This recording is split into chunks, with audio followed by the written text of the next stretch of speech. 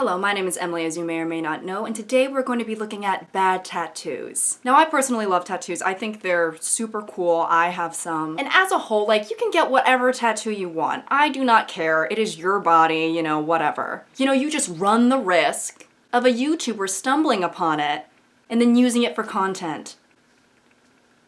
I don't make the rules. You know how you have to give your signature before getting a tattoo? That should be in the fine print. Yeah, line 17. YouTuber not even Emily might make fun of your life choices.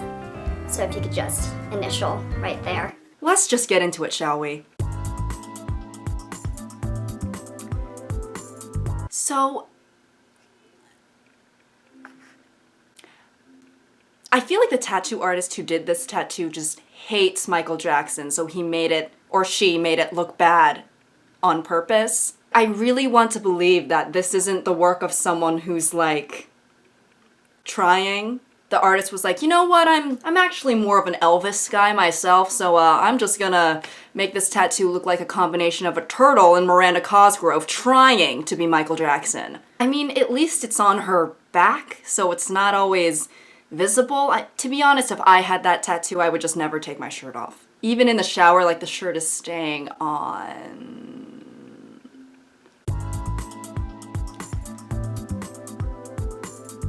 I know that there doesn't always need to be like a super sentimental or like emotional reason for tattoos, but just, I want to know what was going through her mind. This tattoo looks like a contestant on Hell's Kitchen forgot to add onions to the main dish, so Gordon Ramsay forced them to get an onion tattoo as punishment for being so incompetent. And like when she doesn't shave for a while, there's just gonna be a hairy onion on her armpit. Like if an onion was crossbreeded with a Sasquatch. I'm glad that this woman looks like she's older and not in school anymore, because just imagine raising your hand with that tattoo, just onions on display.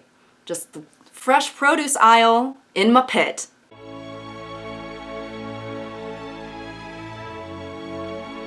There are a lot of things wrong here. I think I count like 5. There are 5 things wrong. Like one misspelling, I understand. Or actually, I don't understand, because first of all, tattoos are permanent. You would want to make sure you're spelling things correctly when it's going to be forever on a person's body. And also, all of these words are pretty easy to spell for anyone who's literate in English. But maybe this person wanted their tattoo to be like that. Like they wanted to have a poorly written Pinterest post on their body forever. Just seems like the people involved with this tattoo may not be entirely literate, so I don't know, maybe they should just start using Audible, the leading provider of spoken word entertainment and audiobooks. They have everything from bestsellers to news to self-help to the theater. Every month, members get 1 credit to pick any title plus 2 Audible originals from a monthly selection. With Audible, you can listen to your favorite podcasts and audiobooks hands-free, so you can walk the dog or learn to juggle knives I wouldn't do that. But with Audible, it is possible. For me personally, I want to be more and more like Michelle Obama. If anything, become her.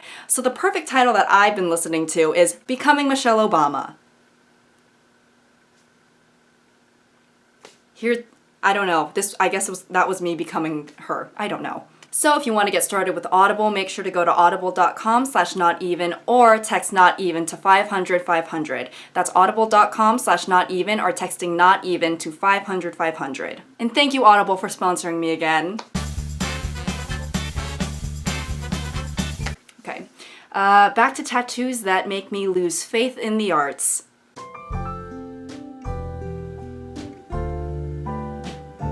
If I were shown this tattoo without the picture of Marilyn Monroe beside it, I would think this was Ronald McDonald.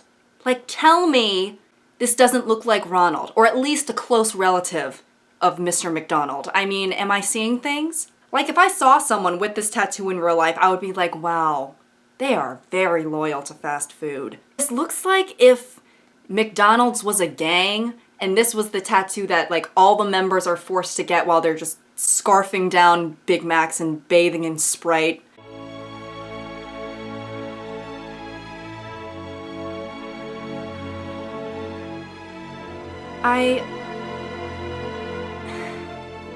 I mean, like, what do tattoo artists think when people are pitching these ideas to them? So what did you have in mind today? I like to do a lot of minimal line work and... Dog tits. I'm sorry, did you say dog tits? Did I stutter? This is like a furry to the extreme. A furry to the extreme. He said, I'm not wearing no costume. I'm getting these canine nips on me for life. Not only that, but I'm gonna get the word dog tits tattooed on me so everyone knows what they are. I mean, I suppose it's kind of a good thing because that way people don't have to ask him about his tattoos and then he has to say, it's dog tits out loud.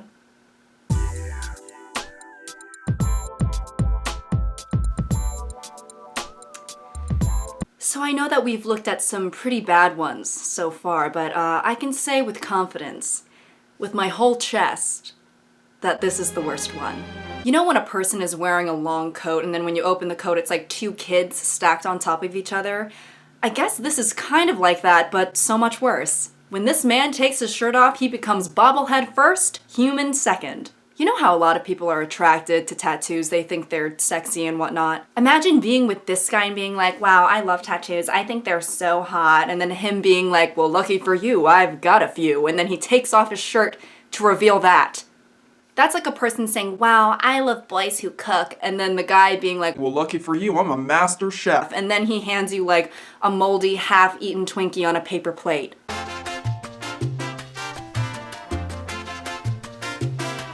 Well, I don't know if this is like, is he proud of it? Or is this like a punishment because this is his flaw? You know how some parents would punish children by making them hold a sign in public that says like, I bit Tommy at soccer practice and gave him lice. or whatever. Is that what this is? I don't know the context, but he's probably gonna have a hard time getting a job with that plastered on his forehead. I mean, it's pretty hard to misconstrue.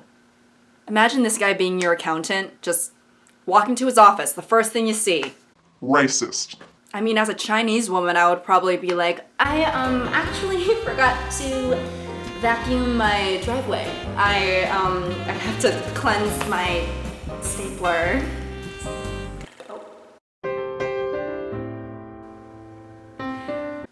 So, you know, this looks like one of those airbrushed t-shirts, but it's like on his chest permanently. Okay, I'm about to reveal something. I remember one time on Instagram, before I was ever like on social media, I was like in middle school, it was a different account or whatever, I wrote into my notes app, swag, something we Asians got, and then I screenshotted it.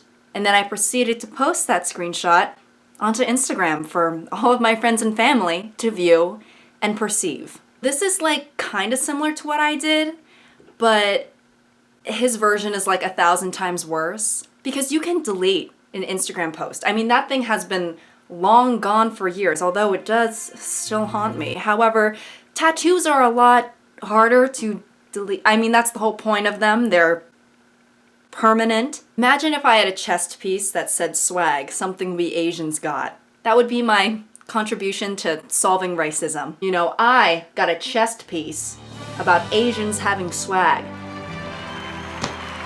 It's enough activism for today, I think.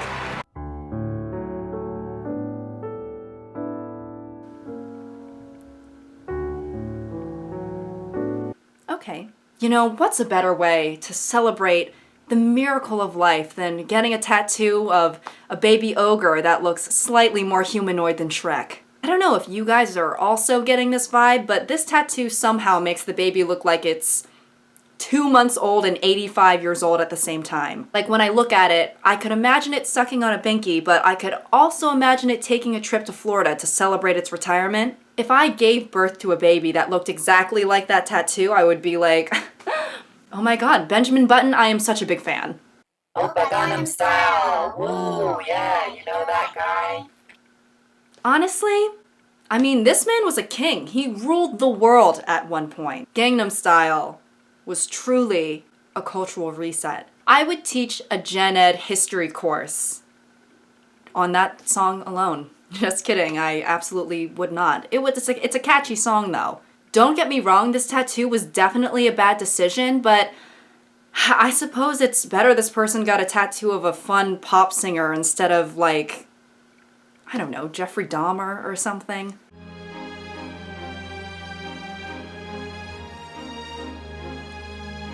I don't think this is real. It can't, I mean, I just refuse to believe it's real. Believing this is real is against my religion. I just decided that right now. If it is real, the artist had to make it like this on purpose. There is just no way. Ari, baby, I am so sorry. I mean, her head is shaped like an inflamed Dorito. Like a Dorito with an infection. This looks like an alien that got plastic surgery to try and become human, but the operation was performed by a surgeon who was on drugs.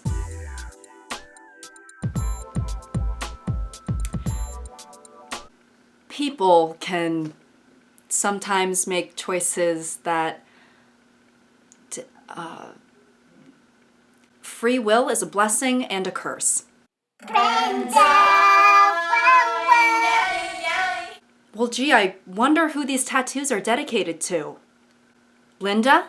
I'm assuming Brenda is like his wife or something. Can you imagine if Brenda wasn't his wife? Brenda was just like a waitress this guy had at Red Robin once, 3 years ago. And then he just decided to get her name plastered all over his body. Oh my god, just thinking about that makes me want to alert the authorities. My hand is gravitating towards my phone right now to call the cops. But I am going to assume that Brenda is his wife, and wow, can you imagine if your significant other did this? I'm imagining him being like, babe, I got a surprise for you, and then her being like, Oh, I'm finally gonna get that Tiffany necklace I've wanted. and then he just lifts up his shirt and shows you your name in 2,000 different fonts. So that's all I have for today. I hope you guys enjoyed this video. What's the worst tattoo you've ever seen? I'm just wondering. Anyways, thank you guys for watching, and until next time.